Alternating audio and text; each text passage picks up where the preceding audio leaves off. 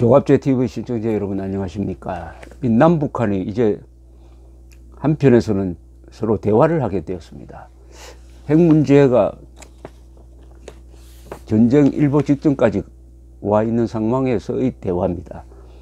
여기에 문재인 정부가 속아 넘어가지 않도록 많은 사람들이 걱정을 같이 해야 될 것 같습니다. 만약 여기서 문재인 대통령이 김정은의 술책에 말려들어 버리면은 한미동맹이 우선 균열이 가고, 그렇게 되면은 자연히 한국은, 문재인 정부는 중국과 북한으로부터 완전히 무시되어 버리는 거. 한국은, 우리 국민들은 김정은의 인질이 될 가능성이 높기 때문입니다. 그런 점에서 과거를 돌아보면은 김일성, 김정일을 상대로 해가지고 이긴, 한반도 게임에서 이긴 세 대통령이 있습니다. 바로 이승만, 박정희, 전두환입니다. 이승만은 1920년대 공산주의가 세계를 전염병처럼 휩쓸고 있을 때, 특히 지식인 사회에서 미래의 비전으로 정책되어 가고 있을 때 거의 혼자서 고독하게 한국인으로서는 처음으로 공산주의의 악마성을 간파하고 비판했던 사람입니다. 공산주의는 국가를 부정하므로 우리가 지금 독립국가를 건설해야 될 입장에서는 맞지 않다. 공산주의는 또 자본가를 부정한다. 기업을 부정한다. 그러면은 문명에 필요한 이 물자는 누가 만드느냐? 안 된다. 공산주의자는 한국인의 얼굴을 하고 있지만은 내심으로는 소련을 따르는 사람들이므로 민족 반역자다. 공산주의는 호열자와 같아서 인간과 동거할 수 없다.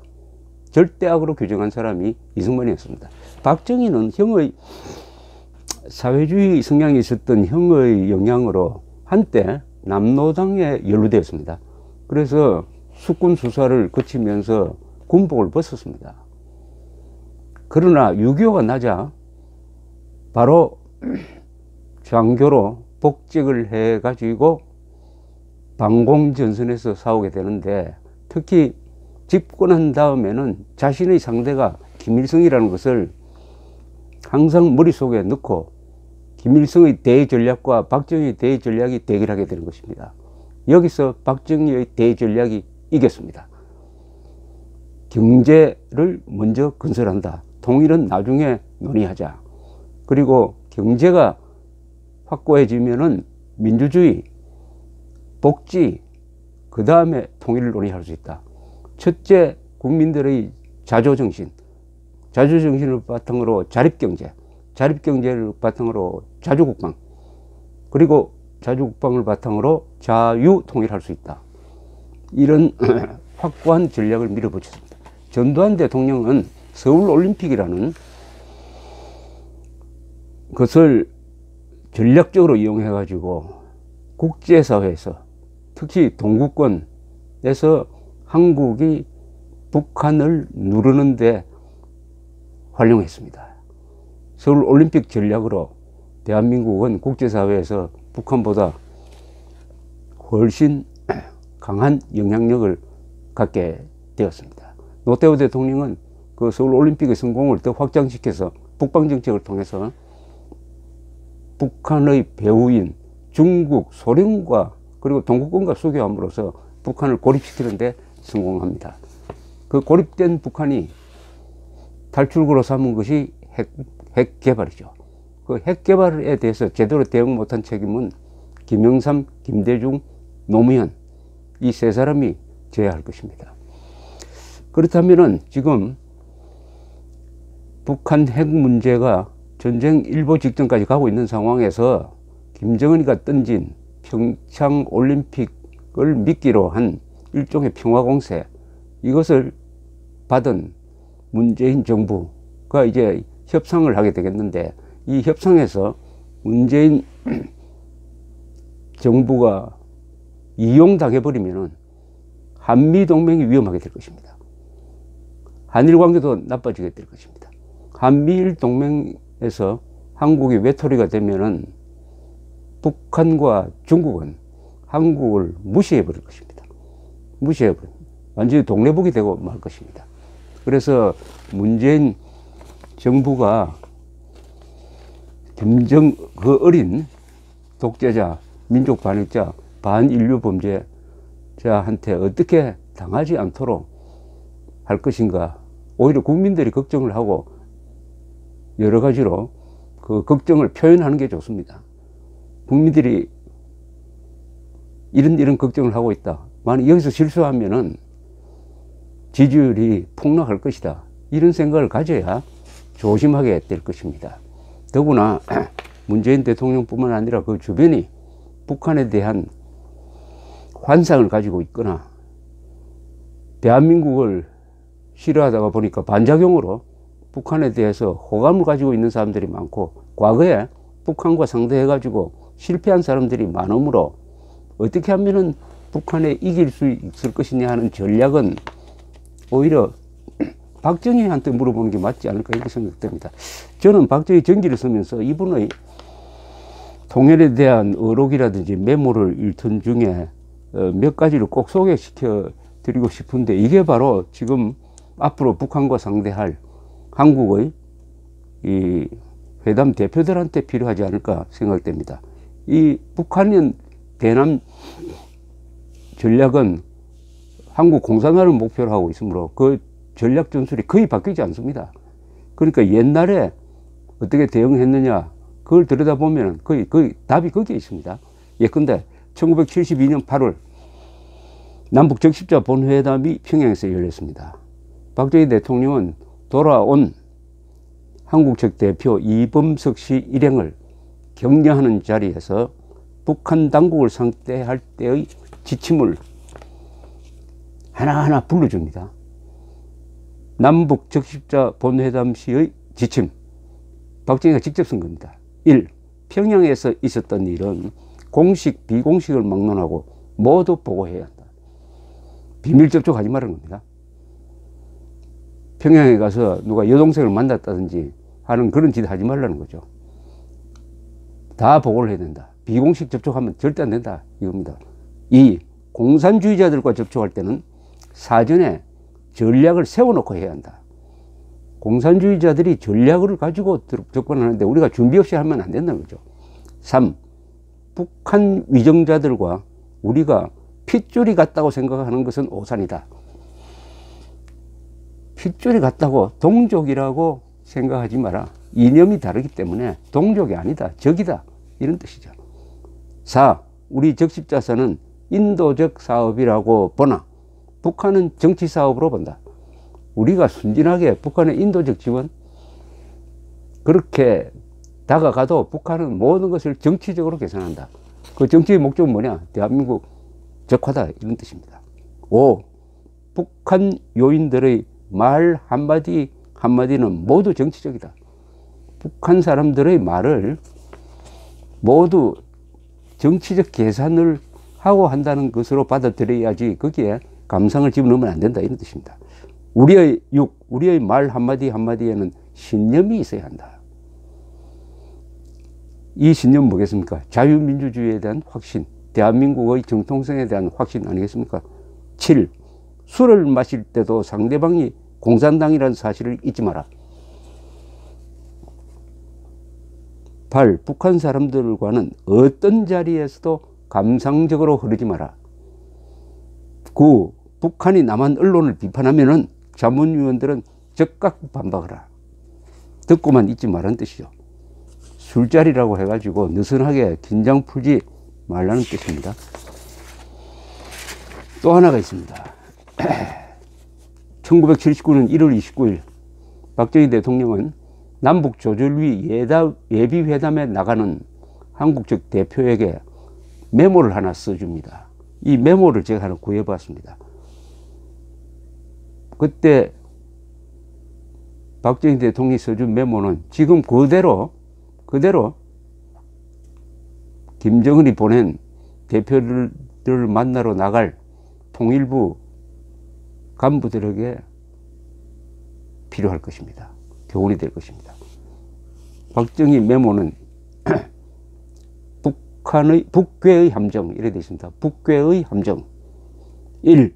남한 정부 불인 북괴 외곽단체와 동일시해가지고 격하한다. 2. 조절위 기능을 무력화시킨다.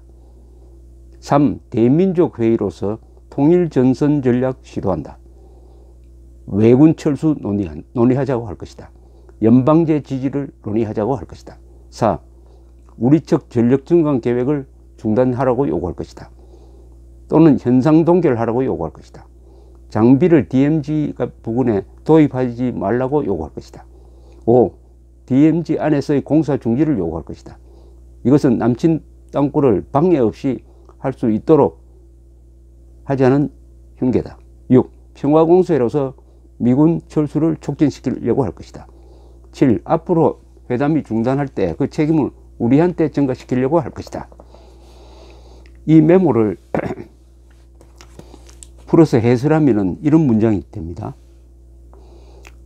북한은 이번 회담에 이런 함정을 파놓고 이런 전략으로 나올 것이니까 주의하라. 첫째, 그들은 한국 정부를 인정하지 않는다. 한국 정부를 그들 외곽단체의 하나점으로 취급하려고 한다. 둘째, 그들은 조절위원회의 기능을 무력화시키려고 획책할 것이다. 셋째, 그들은 남북 간의 모든 단체가 참여하는 대민족 회의를 열자고 주장하여 통일전선 전략을 밀고 나올 것이다. 그렇게 함으로써 이 회의에서 왜군 철수 및 연방제 지지를 논의하자고 덤빌 것이다. 넷째, 그들은 한국군의 전력 증강 계획을 중단하고 현 상태로 동결하도록 요구하고 장비 도입도 하지 말라고 억지를 부릴 것이다. 다섯째, 비무장지대 안에서 공사를 하지 말도록 우리 측에 요구함으로써 그 안에서 자신들이 남침용 땅굴을 파는 것을 방해받지 않으려고 할 것이다. 여섯째, 평화공세로 주한미군 철수 분위기를 띄울 것이다. 일곱째, 회담이 중단될 때 그 책임을 우리 쪽에 전가하기 위한 함정을 팔 것이다. 이거 어떻습니까? 지금 김정은이가 요구하고 있는 거하고 100% 같습니다. 100% 같아요. 한미군사훈련 중단하라든지 핵 전략 자산을 한국으로 들여오지 말라고 한다든지 평창올림픽에 맞는 분위기를 조성해 달라고 한다든지 주한미군 철수 분위기 띄우는 거 똑같습니다. 못 같습니다. 그럼 어떻게 대응할 것이냐 하는 것은 아까 읽어드린 박정희의 메모대로 하면 될 겁니다. 절대로 동족이라고 보면 안 된다. 북한 정권을, 공산주의자를 동족으로 보면 안 된다. 적으로 봐야 된다. 이거 알겠습니까? 또 하나 소개해 드릴 문건이 하나 있습니다. 이것은 1976년입니다. 1월 24일 박정희 대통령 국방부를 연두선시합니다. 그 자리에서 보고를 다 받은 다음에 담담하게 한반도 정세를 이야기하기 시작하는데 그게 녹음 테이프에 있었습니다. 그걸 풀어서 제가 소개를 해드리겠습니다. 박정희의 강평입니다.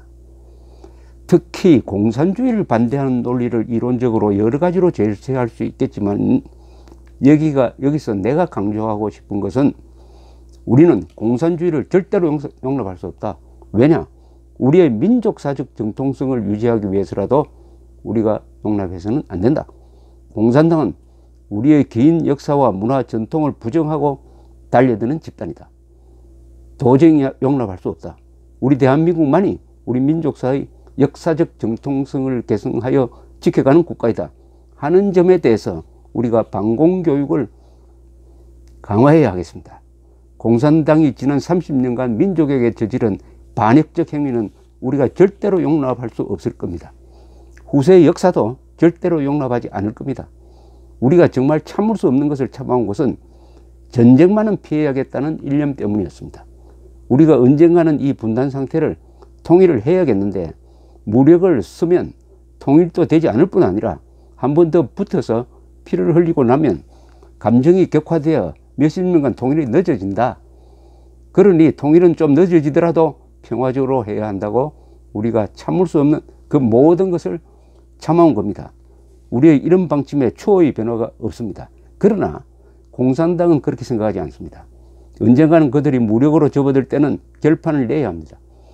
기독교의 성경책이나 불경책에서는 살생을 싫어하지만 어떤 불법적이고 강한 자가 약한 자를 침범할 때는 그것을 쳐 부수는 것을 정의라고 보고 있습니다. 그리스도교에서는 누가 내 볼을 때리면은 이쪽 따귀를 내주고는 때리라고 하면서 저걸 사랑하라고 가르치지만 선량한 양떼를 잡아먹으러 들어가는 이리 때는 이것을 두드려 잡아 죽이는 것이 기독교 정신이라고 가르치고 있습니다. 북한 공산주의자들도 우리 동족이면 틀림이 없습니다. 우리가 먼저 무력으로 쳐 올라갈 리가 없지만 그들이 또다시 6.25와 같은 반역적 침략을 해올 때에 대비하고 있다가 그때는 결판을 내야 합니다. 통일은 언젠가는 아마도 남북한이 실력을 가지고 결판이 날 겁니다. 대외적으로 내어놓고 할 이야기는 아니지만은 미소중일 4대 강국이 어떻고 하는데 밤낮 그런 소리 해보았자 소용없는 이야기입니다. 어떤 객관적 여건이 조성되었을 때 남북한이 실력으로 결판을 낼 겁니다. 남북한의 실력으로 결판을 낸다. 주변 국가 너무 신경 쓰지 마라. 우리 실력으로 결판을 내자. 이런 의지를 밝히고 있습니다. 박정희 대통령은 이런 명언도 남겼습니다. 혹자는 대한민국을 가리켜 자유의 방파제라고 한다. 그러나 이런 이유를 나는 받아들일 수 없다. 이런 비유를 받아들일 수 없다. 어찌해서 우리가 파도에 시달리면서도 그저 가만히 있어야만 하는 그러한 존재란 말인가. 우리는 전진하고 있다. 우리야말로 자유의 파도다. 이 자유의 파도는 멀지 않아 평양까지 휩쓸게 될 것을 나는 확신한다. 이게 북한의 전략 전술에 통달한 박정희 대통령이 실무자들에게 가르쳐 준 것입니다. 한 수 가르쳐 준 것이죠. 제일 중요한 이야기는 공산주의자들을, 북한의 공산주의자들을 동족이라고 생각하면 오산이다. 어떤 경우에도 감상으로 흘러서는 안 된다. 공산주의자들은 술을 마실 때도 정치적 발언을 한다. 남북 간의 모든 접촉은 그게 공개든 비공개든 모두 다 보고해야 한다. 공산주의자들과 만날 때는 전략을 짜고 만나야 한다. 이런 충고입니다. 문재인 대통령을 모시고 있는 참모들이 이승만, 박정희, 전두환의 대북 전략을 먼저 연구해 보시기를 권합니다. 감사합니다.